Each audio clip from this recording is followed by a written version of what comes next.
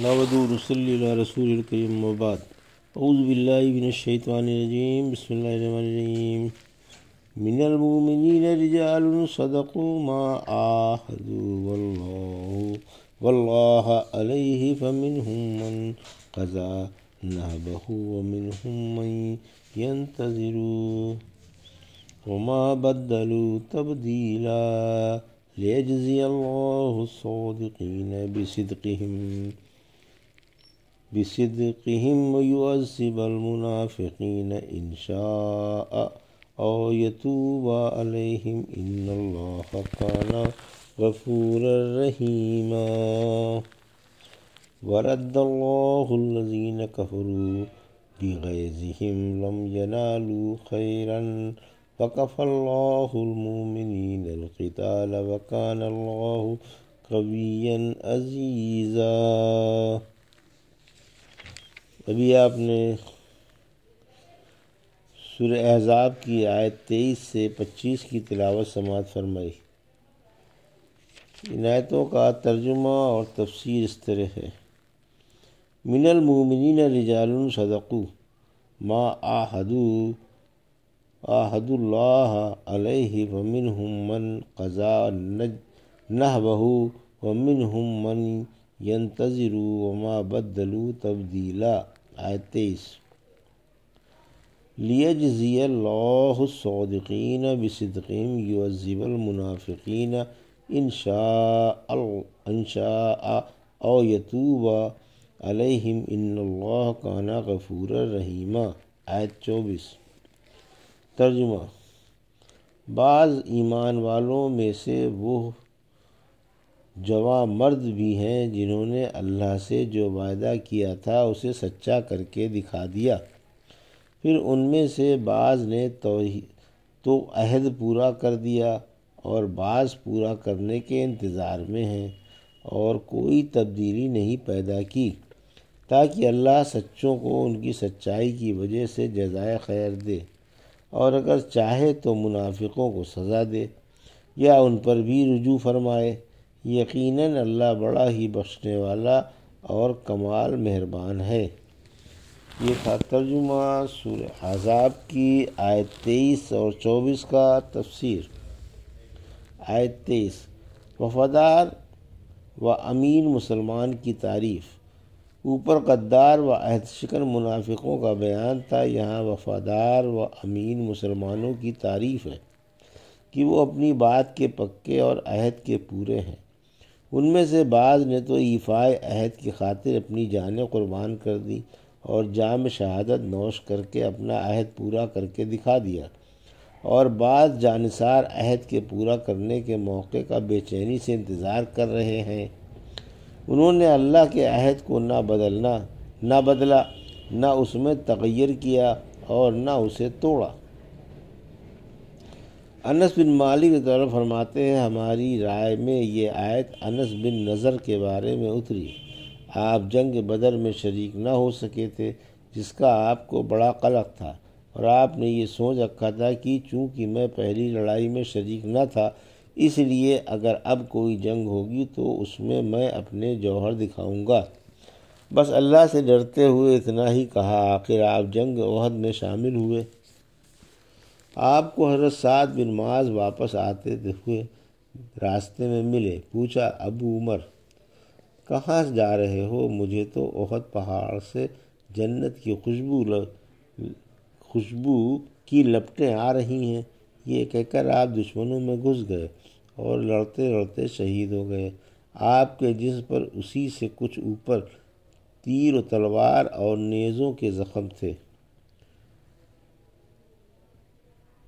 آپ کے جسم پر 80 سے کچھ اوپر تیر و تلوار اور نیزوں کے زخم تھے۔ ان کی ہمشیرہ یعنی میری پھوپھی ربیہ فرماتی ہیں، میں نے اپنے بھائی کو ان کے پوروں سے پہچانا۔ اس پر یہ آیت اتری۔ لوگوں کی یہی رائے تھی کہ یہ آیت آپ ہی کے بارے میں اور آپ کے رفقا کے بارے میں اتری ہے۔ جنگ احد میں مسلمان میدان خالی چھوڑ کر بھاگ کھڑے ہوئے تو انس بن نضر نے یہ دعا مانگی، اے اللہ مسلمانوں کو معاف فرما، اے اللہ مشرکوں نے جو کچھ کیا ہے میں اس سے بری ہوں، پھر آپ آگے بڑھے تو آپ کو سعد بن معاذ آتے ہوئے ملے۔ سعد رضی اللہ عنہ نے کہا میں بھی آپ کے ساتھ ہوں۔ فرماتے ہیں جو بہادری انس نے دکھائی اس کی مجھے جرأت نہیں ہوئی، آخرکار شہید کر دیے گئے۔ جب رحمت عالم صلی اللہ علیہ وسلم احد سے واپس تشریف لائے تو آپ نے ممبر پر کھڑے ہو کر اللہ کی تعریف کر کے مسلمانوں کے ساتھ جو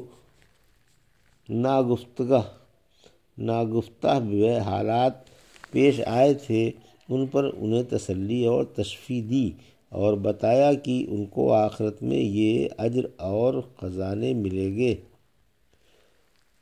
آپ صلی اللہ علیہ وسلم نے اس آیت کی تلاوت فرمائی۔ اس پر ایک مسلمان نے کھڑے ہو کر پوچھا اے اللہ کے رسول صلی اللہ علیہ وسلم یہ کون لوگ ہیں؟ طلحہ رضی اللہ عنہ فرماتے ہیں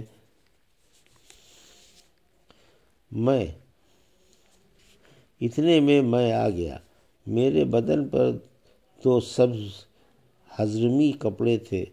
فرمایا اے سوال کرنے والے یہ بھی ان میں سے ہیں۔ موسیٰ بن طلحہ فرماتے ہیں میں ایک دفعہ معاویہ رضی اللہ عنہ کے پاس گیا، پھر جب آنے لگا تو آپ نے بلا کر فرمایا آؤ میں تمہیں ایک حدیث سناؤں جسے میں نے خود اللہ کے رسول صلی اللہ علیہ وسلم سے سنا ہے۔ میں گواہی دیتا ہوں کہ میں نے آپ سے سنا۔ آپ فرما رہے تھے طلحہ ان میں سے ہیں جنہوں نے اپنا وعدہ پورا کر کے دکھایا۔ پھر فرمایا کہ بعض بے چینی سے اس بات کے منتظر ہیں کہ اگر انہیں جنگ کا موقع ملے تو وہ بھی اپنے جوہر دکھا کر اپنا عہد پورا کر دیں۔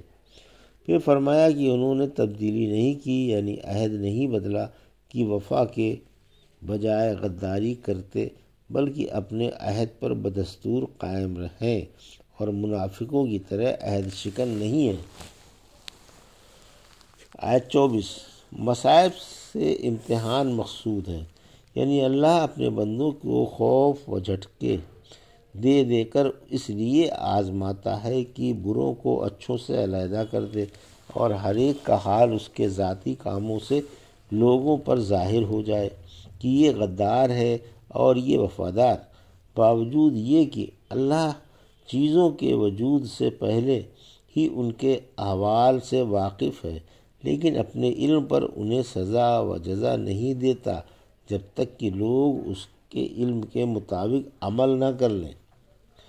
سورہ محمد کی آیت 31 میں فرمایا ہم تمہیں آزمائیں گے یہاں تک کہ ہم کو معلوم ہو جائے کہ تم میں سے کون مجاہد و صابر ہے اور کون نہیں۔ یہ علم وجود عمل کے بعد کا ہے اور وہ علم وجود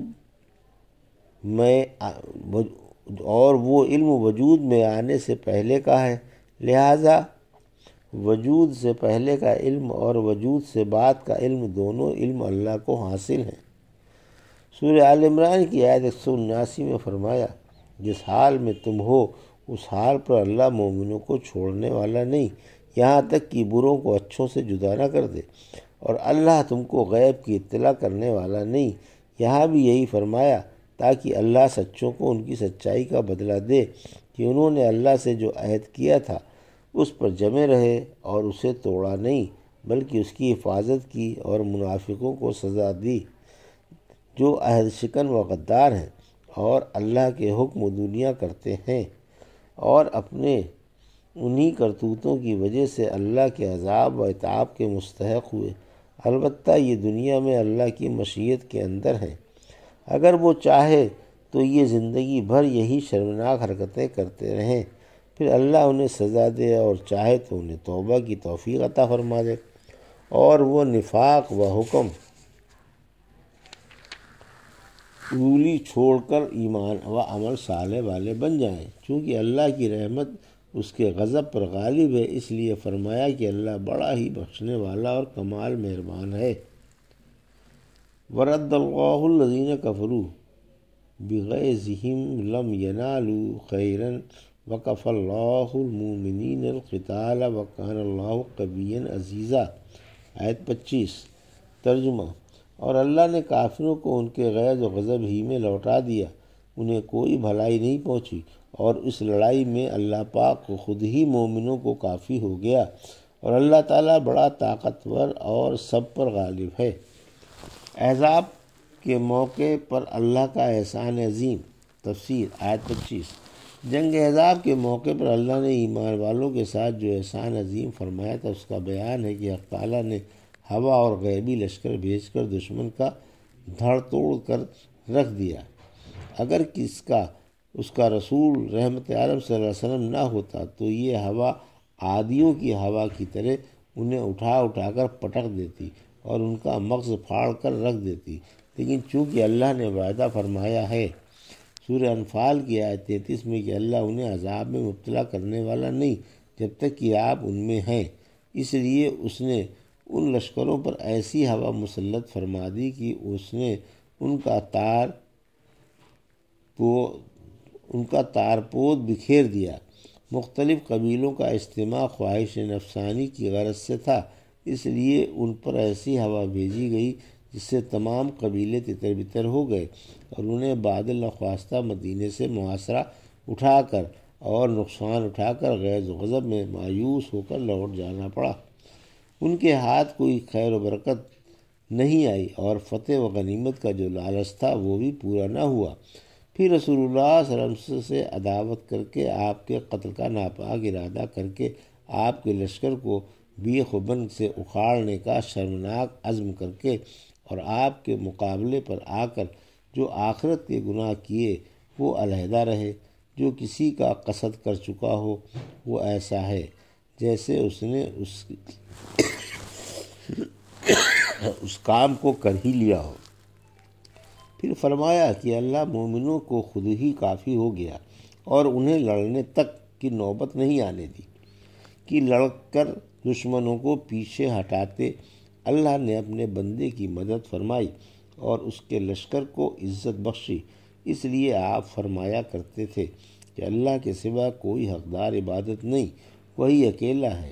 اس نے اپنا وعدہ سچا کر دکھایا، اپنے بندے کی مدد فرمائی، اس کے لشکر کو عزت بخشی، اسی اکیلے نے لشکروں کو شکست دی، اس لیے اس کے بعد کوئی چیز نہیں۔ آپ نے ان الفاظ میں احزاب پر بد دعا فرمائی تھی: اے اللہ، اے کتاب اتارنے والے اور اے جلدی حساب لینے والے، ان لشکروں کو شکست دے، اے اللہ انہیں پسپا کر اور ان کے پاؤں ڈگمگا دے۔ آیت کے اس ٹکڑے سے اس بات کی طرف بھی اشارہ ہے کہ آج کے بعد سے قریشی مسلمانوں کے علاقے پر حملہ کرنے نہیں آئیں گے۔ جب لشکر محاصرہ اٹھا کر چلا گیا تو رحمت عالم صلی اللہ علیہ وسلم نے فرمایا: اس سال کے بعد قریشی آئندہ کبھی تم پر حملہ نہ کریں گے، البتہ تم ان سے جنگ کرو گے۔ چنانچہ پھر کبھی قریش نے آپ پر حملہ کرنے کی جرات نہیں کی، بلکہ مسلمان غازی ان کے علاقوں پر حملے کرتے رہے یہاں تک کہ مکہ فتح ہو گیا۔ پھر فرمایا کہ اللہ بڑی قوت والا ہے، اسی نے اپنی قوت سے دشمنوں کو مایوس و محروم کر کے لوٹا دیا، اسلام کو اور مسلمانوں کو عزت عطا فرمائی، اپنا وعدہ سچا فرمایا اور اپنے رسول صلی اللہ علیہ وسلم کو اور اپنے بندے کی مدد فرمائی۔ اس کے بڑے بڑے احسانات و کرم ہیں اور وہی قابل بڑائی ہے۔ یہ تھا سورہ احزاب کی آیت 23 سے 25 کا ترجمہ اور تفسیر جو ابھی آپ نے سماعت فرمائی۔ بارک اللہ لی و لکم فی القرآن الحکیم ونفعنی وایاکم بآیات الذکر الحکیم۔